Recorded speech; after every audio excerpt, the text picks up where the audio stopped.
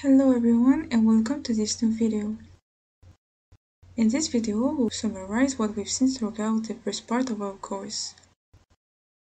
Before continuing on the next section, I would suggest you to practice the notions we've seen together in order to strengthen your knowledge by practicing more.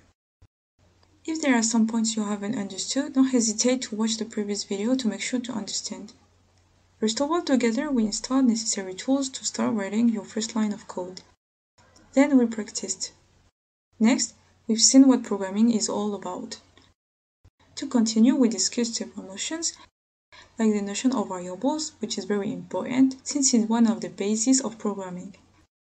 Moreover, we also approached the notions of types and constants, user interaction, conversion, and operators while practicing by doing some exercises. I hope you enjoyed this first section. Now we will approach some advanced notions, still easy for now. Throughout this section, we will see the notions of class, string, array, and enumeration. These are called non-primitive types.